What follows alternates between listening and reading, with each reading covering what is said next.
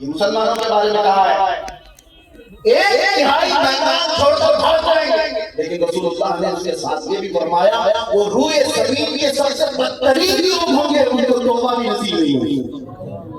حضور نے فرمایا وہ میدان چھوڑ کر بھاگا ایسے وقت میں جب دین کو توبہ ہو سکتا ہے۔ حضور فرماتے ہیں وہ روئے زمین کے سب سے بدترین لوگ ہوں گے، ان کو توبہ بھی نہیں ہوگی۔ دوسرا دن یا دوسرا مرحلہ جنگ کا میرے آقا صلی اللہ علیہ وسلم فرماتے ہیں ایک تہائی حصہ مسلمانوں کی جماعت کا شہید ہو جائے گا، قتل ہو جائے گا۔ 1/3 پہلے میدان چھوڑ کر بھاگے اور 1/3 قتل ہو گئے، شہید ہو گئے۔ اب حضور فرماتے ہیں آخری جو تہائی حصہ بچا اللہ تعالیٰ اس جماعت کو فتح مبین عطا فرمائے۔ پتہ یہ چلا فتح مبین دیکھنے کے لیے کچھ اپنوں کی غداری دیکھنے پڑے گی اور کچھ اپنے عزیزوں کی موت دیکھنی پڑے گی۔ بات سمجھ میں آ رہی؟ کچھ اپنے چھوڑ کر کے جائیں گے اور کچھ اپنے شہید بھی ہو جائیں گے۔ یہ سب چیزیں دیکھ کر جو برداشت کر کے کھڑا رہے گا اللہ اسے فتح مبین دکھائے گا، اسے فتح مبین دکھایا جائے گا۔ آج کے حالات میں آپ کس زمانے میں جانا چاہتے ہو؟ یا آپ کے پاس یہاں پر لاٹھی ڈنڈے سے بھاگنے والے قوم نہیں، ٹھیک ہے اپنی اپنی حفاظت کیجیے، میں منع نہیں کرتا، لیکن اپنے دین کے ساتھ اپنے ایمان کے ساتھ سودے بازی کبھی نہیں ہونی چاہیے، کبھی نہیں ہونی چاہیے۔ تم کو کس نے کہا کہ تم اپنا حلیہ بدل لو؟ تم خود آئینے کے پاس جا کر اپنے آپ کو بدل لی۔ کس نے تلوار رکھی تمہاری گردنوں پر کہ تم نماز نہیں پڑھ سکتے؟ تم نے خود مسجدوں کو ویران کر دیا۔ عزیزان اکرام الوقار، کیا رسول اللہ سے وفات کرنے والی جماعت ایسی ہوگی جو حضور کو یہ کہتی ہو لبیک یا رسول اللہ، میں اللہ کے رسول میں حاضر ہوں؟ تو کہاں حاضر ہے؟ کہاں مسجد میں حاضر ہے؟ کہاں حاضر ہے؟ نعرہ لگانے کے لیے حاضر ہے؟ تم اسلام زندہ باد کہتے ہو، یہ کہاں ہے اسلام زندہ باد؟ تمہاری بیویوں پر زندہ ہے اسلام؟ تمہاری بیٹیوں پر اسلام زندہ ہے؟ شادیوں کے محلات میں جا کر کے دیکھو اسلام دور دور تک دکھتا ہے، پھر اسلام کہاں زندہ ہے؟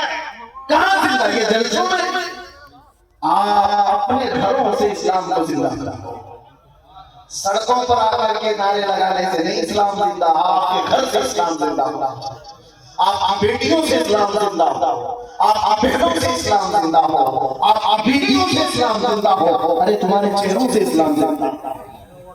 آج سڑک پر پکڑ کر کے کسی نوجوان کو پوچھنا پڑتا ہے کیا نام ہے تمہارا، تاکہ آئیڈینٹیٹی ہو، اس سے بھی نہیں پتہ چلتا، نام بھی اس نے ایسے ہی کامن رکھ لیا، بابو بابو راجا، پتہ ہی نہیں چلتا۔ پھر باپ کو پوچھنا پڑتا ہے، باپ کو پتہ نہیں راجو پاجو کیا، دادا کو پوچھنا پڑتا ہے، تب پتہ نہیں چلتا۔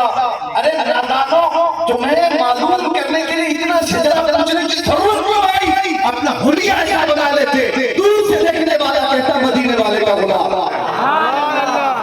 دور سے دیکھنے والا بچہ نہیں، یہ مدینے والے کا غلام ہے۔ یہ علماء ذویل احترام جانتے ہیں، ہم اپنا لباس کہیں نہیں اتارنا چاہتے، ہم جس حالت میں ہیں اسی حالت میں دنیا سے جانا بھی پسند کرتے ہیں۔ ایئرپورٹ میں جاؤ، ٹرین کے اسٹیشن پر جاؤ، ارے میرے عزیزوں کچھ لوگ یہ کہتے ہیں اور نہیں فیل ہوتا، اور نہیں فیل ہوتا، اور کیا لوگ فخر فیل ہوتا ہے، دور دور تک بیٹھا ہوا بھی نظر اٹھا کر دیکھتا ہے، کیوں دیکھتا ہے؟ عجب لباس نہیں، اسے پتہ ہے کس کا غلام ہے، اور نہیں فیل ہوتا، فخر فیل ہوتا ہے۔ میں یہ کہتا ہوں اگر محبت مصطفیٰ ہے تو ان گناہوں کو ٹھوکر مارو، آؤ میرے مصطفیٰ کے قدموں میں۔ نشہ عام ہو چکا، ہمارے محلوں میں نشہ بکتا ہے، ہمارے محلوں میں نشہ کرنے کے لیے لوگ آ رہے ہیں، ایڈریس دے دیں، کیوں؟ تمہیں پتا ہے نشہ سے جتنے اپنے آپ کو برباد کیے ہوئے نوجوان جیلوں میں پڑتے ہیں، ہم نے جانتے ہیں جن کی مائیں پیچھے روتی روتی، جن کی بہنیں، جن کی بیویاں، جن کی بچیاں، ان کے گھر اجڑ گئے تمہاری بری لت کی وجہ سے۔ اے نوجوانوں، یہ شیطان ہے جو تمہیں اس راستے پر لے جا رہا ہے۔ تم نشہ کر کے کس طرح کرنا چاہتے ہو؟ کیا ملتا ہے؟ یہ دیدہ و دانستہ ساری قوموں نے مل کر کے تمہارے پاس یہ نشہ لیا ہے، اس لیے یہ دنیا کے کتوں کو پتہ ہے یہ محمد عربی کے شعر ہے، ان کو نشہ میں سلاؤ تو اچھے ہیں، ان کو پاگل بنا کے رکھو تو اچھے ہیں، اس لیے کہ یہ سیدھے ہو گئے تو کیڑوں کی نیند حرام ہو سکتی ہے، عورتوں کے لیے مسئلہ بن سکتا ہے،